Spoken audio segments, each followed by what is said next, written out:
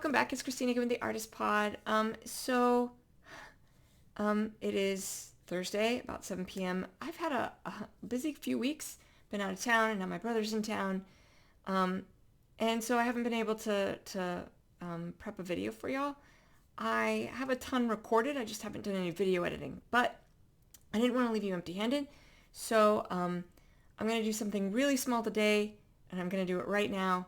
And that's just sort of talking about drawing, how I hear a lot of people say that they can't draw in a straight line, so they could never be an artist. I think I've talked about this before, but it's been a while. So I just want to talk about how I can't draw in a straight line. I can't draw a perfect circle, but I know how to make it look like it's a straight line by using smaller lines, which is how I draw, right? Like when I'm drawing anything. And then talking about the bigger sort of idea that, everything is separated into shape, right? Everything we do, everything we draw, when you're looking at drawing a cat or anything else, it can seem kind of intimidating, but if you just look at it and break it down by the individual shapes, some circles, some triangles, some ovals, it becomes a lot easier. So I'm going to go ahead and get into Photoshop and flip my screen. Is this the one I want? This is the one I want. Okay. Right. And then I'm going to start a new layer. And I have white. And I'll make sure that I'm not drawing on this bottom section here. Okay, got it. So, when I'm talking about I can't draw in a straight line, this is what I mean, right? Wobbly, bad. You should see my circle. My circle's probably worse. Oh, it's actually not so bad. It's not the greatest though, right? So, what I can do, since I can't do this very reliably, although I know that was a little bit straighter, I can do this, right? Just a whole bunch of smaller individual lines, and at the end of it all, it'll look relatively straight. And if I have to, I spin my hand over because I'm a ridiculous person and only learned how to draw in a certain number of ways, right? And so I can create a straight line, but I'm doing it by just making, a lot of smaller lines. And that's how I draw in a straight line. And then if I wanted to draw in a circle, we're going to delete this. We're going to turn it off. Again, right, if I'm trying to draw in a circle, great, but it's not even lined up. it's mediocrely great. Then I'm going to do the same thing. I'm just going to make a whole bunch of smaller lines. So when I'm talking about my scratchboard style, right, the benefit to that is I can draw any shape you want, but I'm doing it with a ton of smaller lines, right? I can do a triangle this way,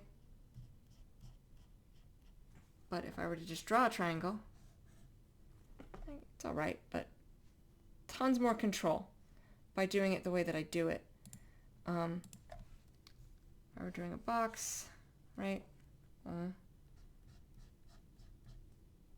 a box, still works.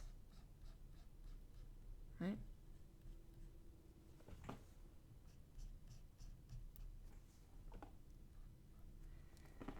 So,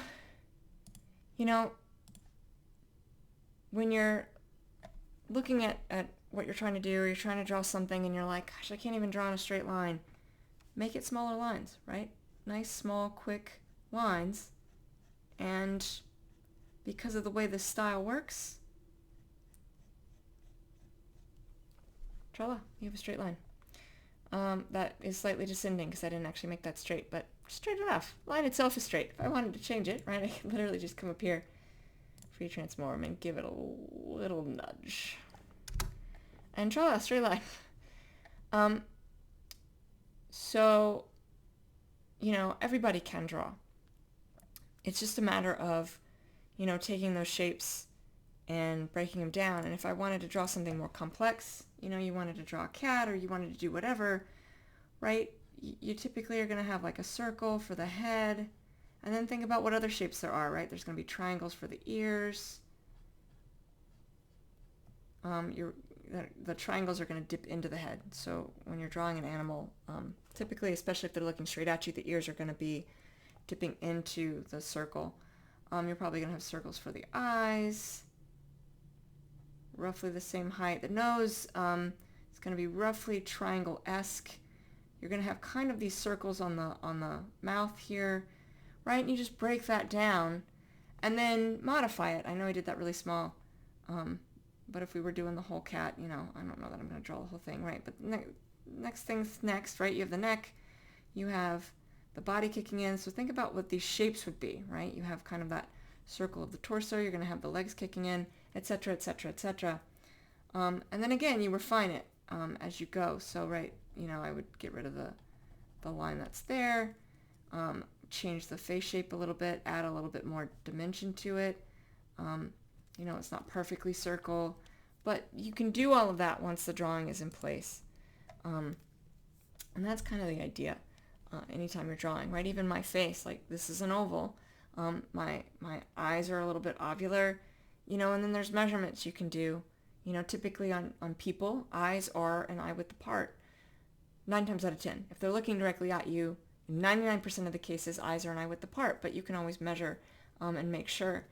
And then, just draw out those shapes. So, yeah. I'm going to switch this back to first person view. All right, so I hope that's helpful. I'm sorry that it's a quick video and that I ran out of time to do one of the bigger videos that I have. But I will hopefully have one up for you next week. My brother is leaving, I think, on the 9th. So that should give me some time when he's gone, depending on when the 9th is. I'm just going to check real fast. Which is next Friday. So we'll see if I can do some video editing sometimes in the evening to get something up to y'all next week instead of just this sort of short, quick video. So anyway, I hope that was at least a little bit helpful. In the floating nether next to me, I have other videos of art tutorials I have done, and I will see you all soon. Thank you so much. Take care.